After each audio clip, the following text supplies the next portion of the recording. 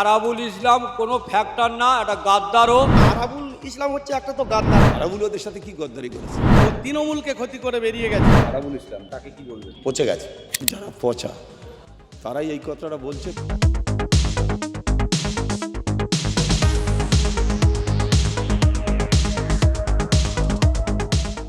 সংবাদ প্রতিদিন ডটিনের দর্শকদেরকে আজকে আমরা নিয়ে এসেছি ক্যানিং পূর্ব বিধানসভা কেন্দ্রে। রাজ্যের যে কয়েকটি বিধানসভা কেন্দ্র দিকে সবাই তাকিয়ে রয়েছে, এই কেন্দ্রটি তার অন্যতম।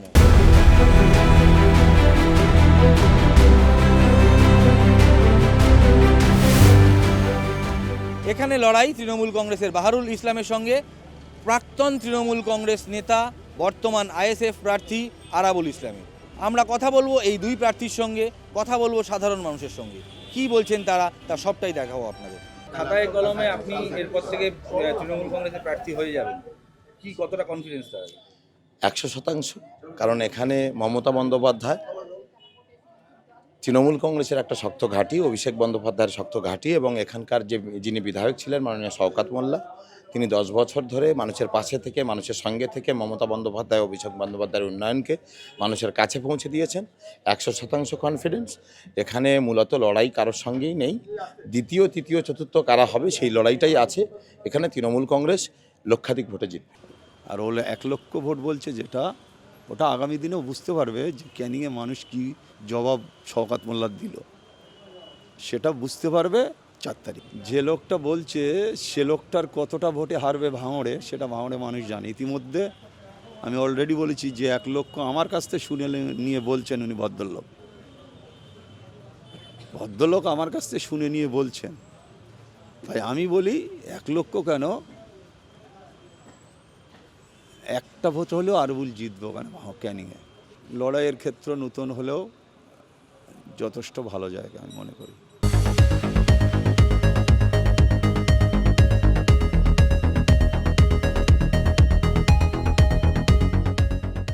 আপনার প্রাক্তন সতীর্থ আপনার বিরুদ্ধে এখন আরাবুল ইসলাম, তাকে নিয়ে কি ভাবছেন বা তাকে কি বলবেন? পচে গেছে। যারা পচা তারাই এই কথাটা বলছে। কেন 2011 সালে টর্চ লাইট নিয়ে ঘাড়ে করে যাকে ক্যান্ডিডেট করেছে দল মমতা বন্দ্যোপাধ্যায়, টর্চ লাইট ঘাড়ে করে আমার 2011 হারিয়েছে। তারা গদ্দার হতে পারে, তারা চিটিংবাজ জোচ্চর হতে পারে, আরাবুল চিটিংবাজ জোচ্চর নয়। আরাবুল তো ওই দলের সাথে কোনো সম্পর্ক নেই। কিসের গদ্দারি করেছে আরাবুল? গদ্দারি করেছে ওরা। শওকত মোল্লা 2 কোটি টাকা দিয়ে আমাকে পার্টির থেকে সাসপেন্ড করিয়েছে। তাহলে গদ্দার কে, আর কে চিটিংবাজ, কে তোলাবাজ, সেটা ক্যানিংয়ের মানুষ এরপরে জবাব দেবে।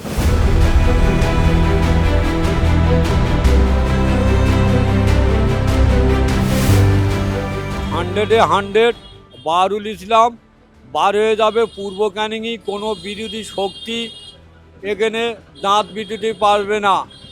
কোনো বিরোধী শক্তি এখানে দাঁত বিটুতে পারবে না। বাহারুল ইসলাম 100-র মধ্যে 100 বার হয়ে যাবে। আরাবুল ইসলাম কোনো ফ্যাক্টর না, এটা গাদ্দারও। দেখুন, আরাবুল ইসলাম হচ্ছে একটা তো গাদ্দার। আমরা বিভিন্ন সাধারণ মানুষ হিসেবে টিভি, পেপার, পত্রিকায় বিগত দিনগুলোতে দেখেছিলাম তৃণমূলের কংগ্রেসের খেয়ে তৃণমূল কংগ্রেসের পরে আজকে মমতা বন্দ্যোপাধ্যায়কে যেভাবে আক্রমণ করছে, এটা গণতন্ত্রের একটা লজ্জা। ও হাওয়ায় উঠছে এবং কিছু সমাজবিরোধীদের নিয়ে এই এলাকাটা কিভাবে উত্তপ্ত করা যায় সেটা চেষ্টা করছে, এবং এটা ক্যানিং পূর্বের মানুষ এটা অন্য নজরে দেখছে। আরাবুল ওদের সাথে কি গদ্দারি করেছে? আমি তো ওই দলটাই ছিলাম না, দল আমাকে বহিষ্কার করেছে, আমি অন্য দলে এসেছি। তাহলে গদ্দারি কি হলো? আমি ক্যানিংয়ের বাইরে কিছু বলবো না। ক্যানিং ভাঙড়ে নওশাদ ভাই জিতবে লক্ষাধিক ভোটে, আমি ক্যানিংয়ে জিতবো, এ ব্যাপারে কোনো সন্দেহ নেই।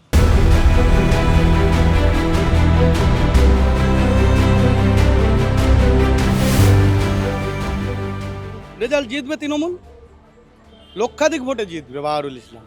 যেহেতু বাহারুল ইসলাম আমাদের ছাত্র পরিষদের নেতাও, ও সিপিএমের সঙ্গে লড়াই করে এই জায়গায় এসছে, নিশ্চয়ই জিতবে। ওর ক্যারেক্টার ভালো আছে, এবং শওকত মোল্লা ওনাকে হাত ধরে এখানে এনেছে। আমরা পূর্ব ক্যানিংয়ের লোক, আমরা ভাঙড় থানা অন্তর্গত পূর্ব ক্যানিংয়ের লোক। প্লাস এখানে যে আরাবুল নামক যে ব্যক্তি এসছে, উনি হচ্ছে তৃণমূলের চেটে এতদিন এসছে, এখন বলছে তৃণমূল আমার ক্ষতি করেছে। ও তৃণমূলকে ক্ষতি করে বেরিয়ে গেছে, ও আইএসএফে যোগ দিয়েছে। ও এখানে বহিরাগত হিসেবে হবে, কিন্তু আমাদের বাহারুল বহিরাগত নয়।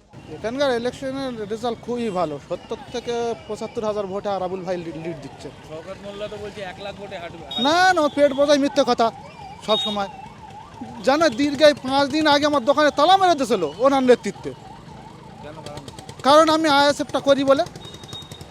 এর আগে আমি টিএমসিটা করতাম, করলে এবার আমার একটা জমি কেড়ে নিয়ে এলো, 7 বছর ভরে দিচ্ছে না। যেই আমি আইএসএফে জয়েন দিলাম সেই সময় বলে জমি ফেরত দিচ্ছি আয়, তো দোকানে তালা মেরে আরও তো আমি এই মানে পুলিশ দিয়ে দোকানটা খুললাম, ওদের আরও গা জ্বলছে, যাতে আমি ওদের পায়ে হাতে ধরবো, ধরে আমার একটু মারবে, কিছু টাকা ডোনেশন করবে, টিএমসির ঝান্ডাটা হাটে ধরাবে, ধরিয়ে তারপরে উনি 2 দিন পর বেলায় দেখো আইএসএফ থেকে ফিরে চলে এসছে। সেটা আমার দ্বারা সম্ভব না। আমি বলি সোনার বার দাও, আমি আর ওতে নেই। যে মানুষটা দীর্ঘ 10টা বছর এখানে প্রিয় বিধায়ক হিসাবে কাজ করেছেন, জিতিয়া নিয়ে এখন এত উন্নয়ন করেছেন, কিন্তু ভাঙড়বাসী এবং ক্যানিংবাসী উভয়ই খুশি, কারণ তিনি যেখানেই যাবেন সেখানেই উন্নয়ন করবেন এবং ক্যানিং পূর্বে কোনো উন্নয়নের ঘাটতি হবে বলে আমাদের মনে হয় না। সিপিএম থেকে আসা তৃণমূলে যে হারমাদিগিরি করছে শওকত মোল্লা, তার দলবল এলাকায় আমাদের মিছিল র্যালি সমস্ত জায়গায় যাচ্ছে, প্রত্যেক বাড়িতে বাড়িতে গিয়ে বারণ করছে বেরোবে না, কারোর সঙ্গে কথা বলবে না, আরাবুল সাহেবের হাত দেখাবে না। যদি হাত দেখান তাহলে আপনাদের 4 তারিখের পরে আপনাদের ব্যবস্থা করা হবে, ঘর বাড়ি সব নিশ্চিহ্ন করা হবে, আপনাদের ঠ্যাং ভেঙে সব গুড়িয়ে দেওয়া হবে। না না, এখানে আরাবুল কোনো ফ্যাক্টর নেই, এখানে ফ্যাক্টর শওকত মোল্লা। বাহারুল ইসলাম জিতবে মোটামুটি ধরে নেন লাখের কাছাকাছি হবে। তা শওকত মোল্লা থাকলে পশ্চিমবঙ্গের সেরা ভোটে জিতত। শওকত মোল্লা থেকে আছে, না থেকেও আছে, পরে জিতলেও বাহারুল শওকত মোল্লা থাকবে। 4 তারিখ ক্যানিং বিধানসভা থেকে আমরা যতটুকু দেখছি, আমরা 13টা অঞ্চল ঘুরছি, তো সাধারণ মানুষ যেভাবে সাড়া দিচ্ছে, আমাদের আরাবুলদা বিধানসভায় যায়। এখানে শওকত মোল্লা যেদিকে আমরাও সেদিকে, কারণ ওই লোকটার দিকে আমরা তাকিয়ে আমরা এগিয়ে যাই, যে ও লোক যেদিকে যাবে আমরাও সেদিকে। ও লোক যদি বলে কোনো আমাদের কোনো ও লোকের মতো আমরা লোকও পাবো না ক্যানিং পূর্বের মতো, এটাই কি ভাঙড়ে চলে গেছে, ওটাই আমাদের আফসোস যেখান ছেড়াইতে। কিন্তু এখানে 100% যেই দাঁড়াক, কিন্তু বাহারুল ইসলাম যিনি, তার কারণ হচ্ছে আমাদের বিধায়ক শওকত মোল্লার মুখের দিকে তাকিয়ে বাহারুল বার হয়ে যাবে 100%। ক্যানিং পূর্বে রেজাল্ট 2026-এ 4 তারিখে আমাদের আরাবুলদা বিধানসভায় যাচ্ছে। আর শওকত মোল্লা খালি বলছে আমি উন্নয়ন করছি, সাধারণ মানুষের উন্নয়ন হয়নি। যে কটা দায়িত্বের নেতা আছে তাদেরকে উন্নয়ন হয়েছে। আর শওকত মোল্লা জীবনতলা বিডিও অফিসের উপরে পার্টি অফিস করে রেখে দিয়েছে, যত রকম গুন্ডা সব ওখানে থাকে। আরাবুল ইসলাম এখন পর্যন্ত দেখা হয়নি আমাদের। আর সত্যি কথা, আরাবুল আমি খুব একটা ভালো দেখি না, ওই মাঝে মাঝে খবরের চ্যানেল দেখায়। প্রচার করতে তো আসবে, দেখা হলে কি বলবেন? দেখা হলে আমাদের যিনি আছে তিনিই থাকবে, সরকার যিনি আছে তিনিই থাকবে, আরও উল্টো আমরা চিনি না। আমাদের টিএমসি সরকার থাকবে, এটাই আমরা চাই।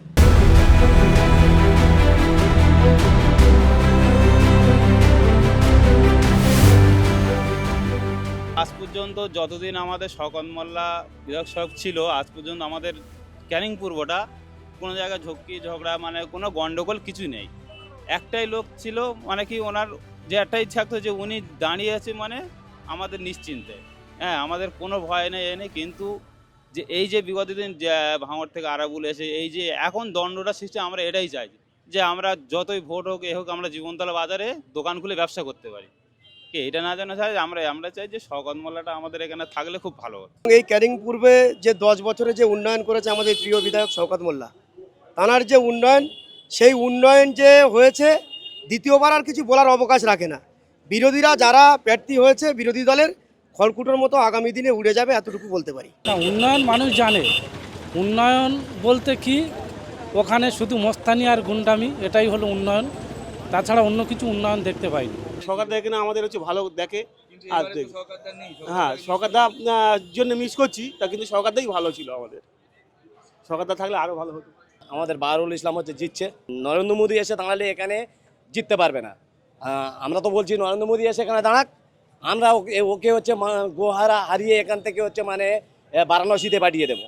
এখানে কোনো আরাবুল ইসলাম কোনো ফ্যাক্টর নয়।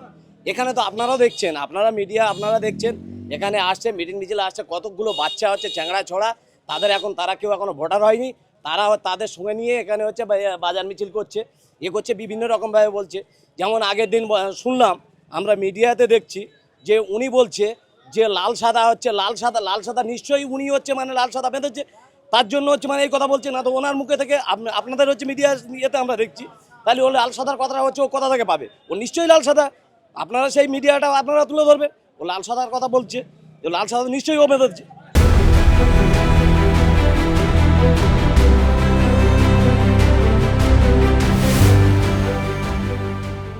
স্থানীয়দের বক্তব্য সবই শোনালাম আপনাদের। মোটামুটি আড়াআড়ি দুভাগে ভাগ হয়ে গিয়েছেন এলাকার ভোটাররা। এখন দেখার 4 তারিখে শেষ হাসি কে হাসে। ততদিন পর্যন্ত সঙ্গে থাকুন আমাদের। আপাতত ক্যানিং পূর্ব থেকে ক্যামেরায় শুভজিতের সঙ্গে আমি সোমনাথ, সংবাদ প্রতিদিন.in।